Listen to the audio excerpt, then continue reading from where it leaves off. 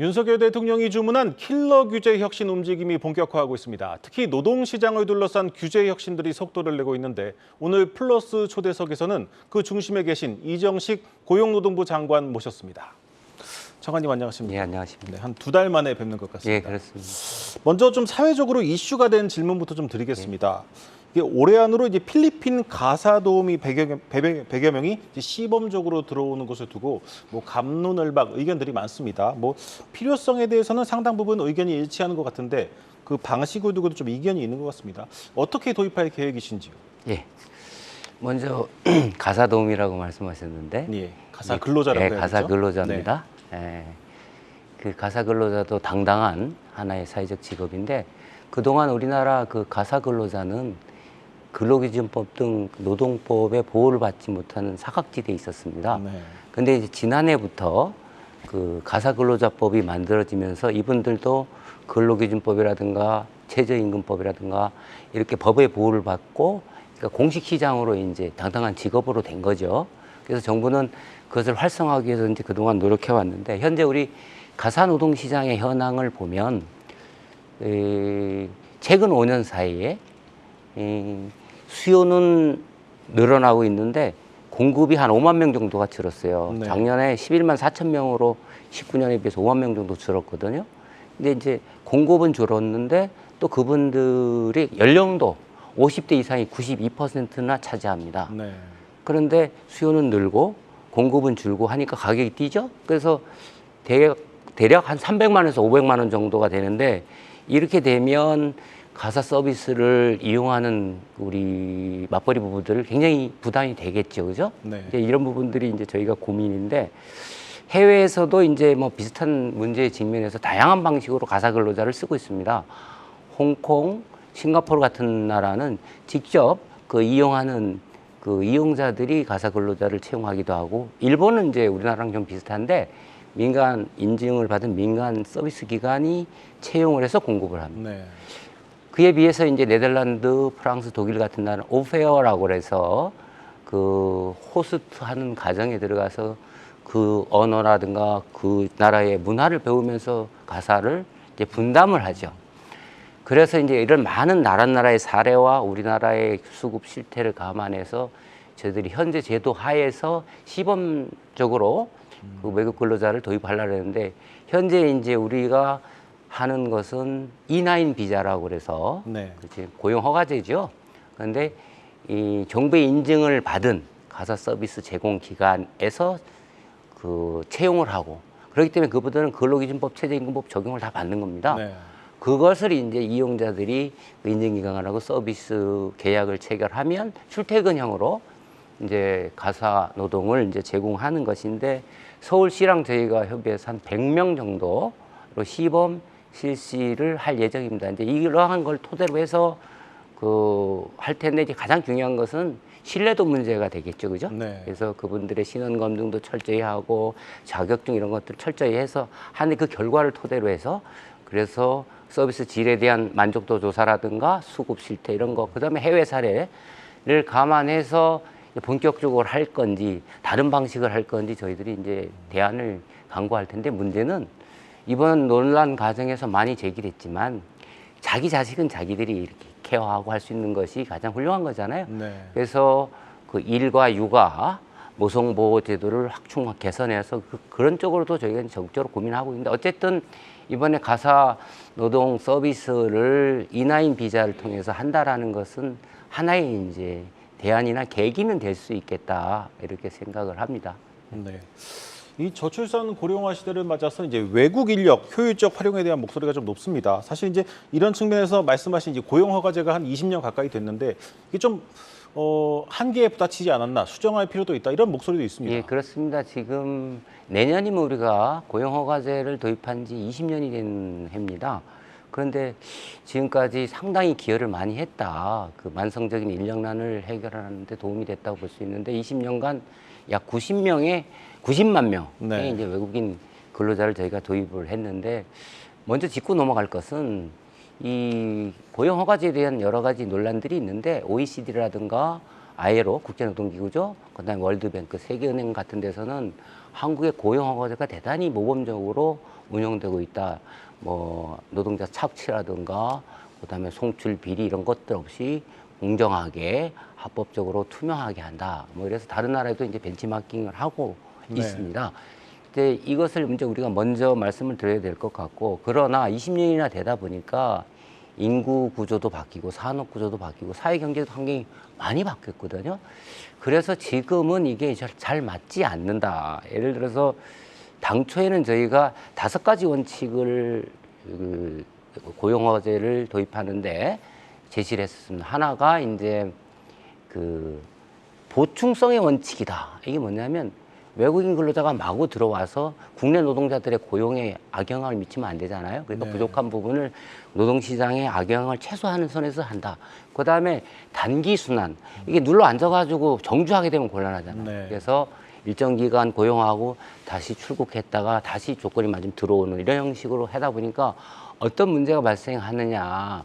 이제 외국인 노동자 입장에서는 뭐 불법 체류 문제, 인권 유린 문제, 인권 침해 문제 뭐 이런 문제가 발생하는 거고 숙련도도 뭐 늘지를 않는 거죠. 이제 네. 이런 문제가 있는 거고 또 하나 이제 한국 그 외국인 근로자를 채용하는 기업들 입장에서 봤을 때 뿌리 산업이나 그 다음에 조선업 같은데 이른바 3기 업종 뭐 이런 데는 작년에 저희가 그 고용허가제도를 전면 개편하면서 획기적으로 좀 그 커트를 늘렸어요. 올해 11만 명을 저희가 역사상 최대로 많이 도입을 했는데도 불구하고 인력난이 부족하다고 하는 겁니다. 네. 인력난이 심각한 거예요.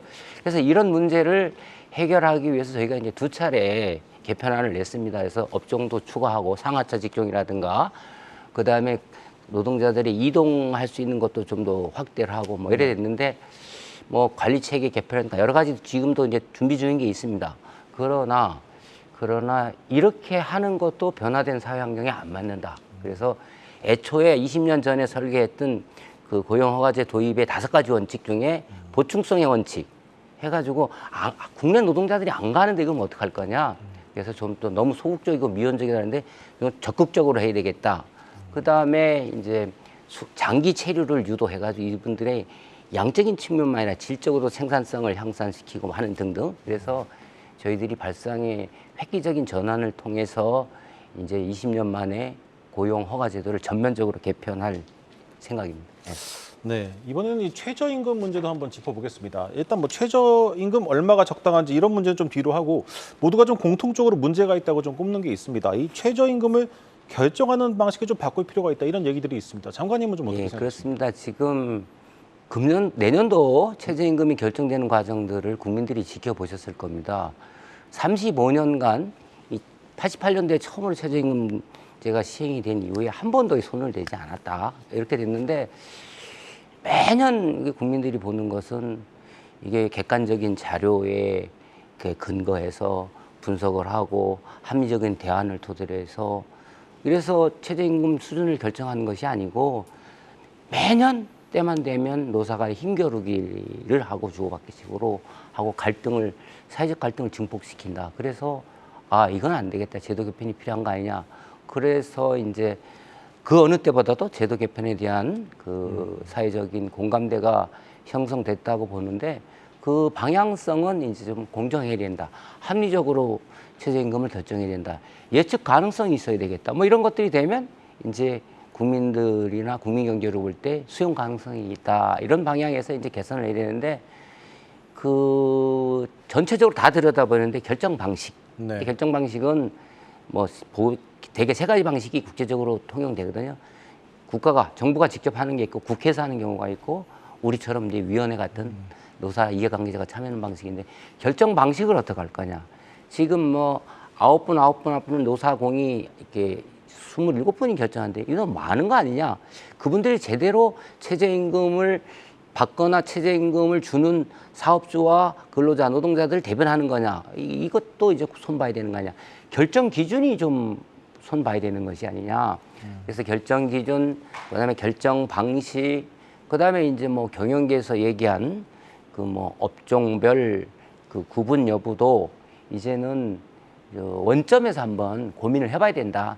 35년 전이랑 그 경제 사회 여건 많이 달라졌고 최저임금이 아주 제한된 범위 내에서 비슷한 제조업, 관공업에 되던 게 이제 전면적으로 됐고 수준도 OECD 기준으로 해봤을 때 우리가 낮은 수준이 아니거든요.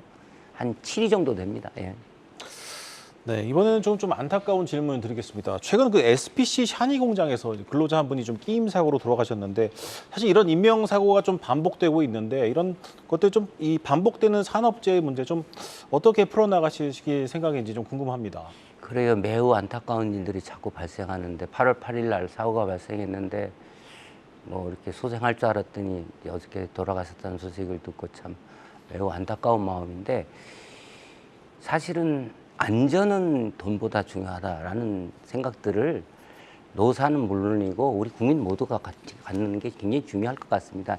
안전을 제대로 챙기지 못하면 사람도 돈도 모든 걸 다 잃는다 이런 생각을 가져야 될 것 같은데 지금 저희들은 사고 원인을 철저히 조사해서 이제 엄정하게 수사하고 이런 사고가 되풀이되지 않도록 최선을 다할 방침입니다. 그래서 지금 저희들이 한 조치를 취한 내용을 보면 이제 사건을 인지를 해서 신속하게 현장에 출동을 해서 지금 산업안전보건법이라든가 중대재해처벌법에 위반 사항이 있는지 이 수사에 착수하고 있고 그래서 엄정하게 수사해서 이거는 엄정하게 수사를 진행할 것이다. 그리고 오늘 특히 이제 중요한 것이 이제 위험성 평가죠. 네. 그러니까 위험하면 일을 시키지 않아야 되고 일을 하지 말아야 되는데 법적으로도 이제 그런 내용들이 돼 있습니다. 그런데 위험성 평가 특화 점검을 해서 이 샤니에서 정말 위험성 평가를 제대로 한 건지 그 노동자들의 참여 하에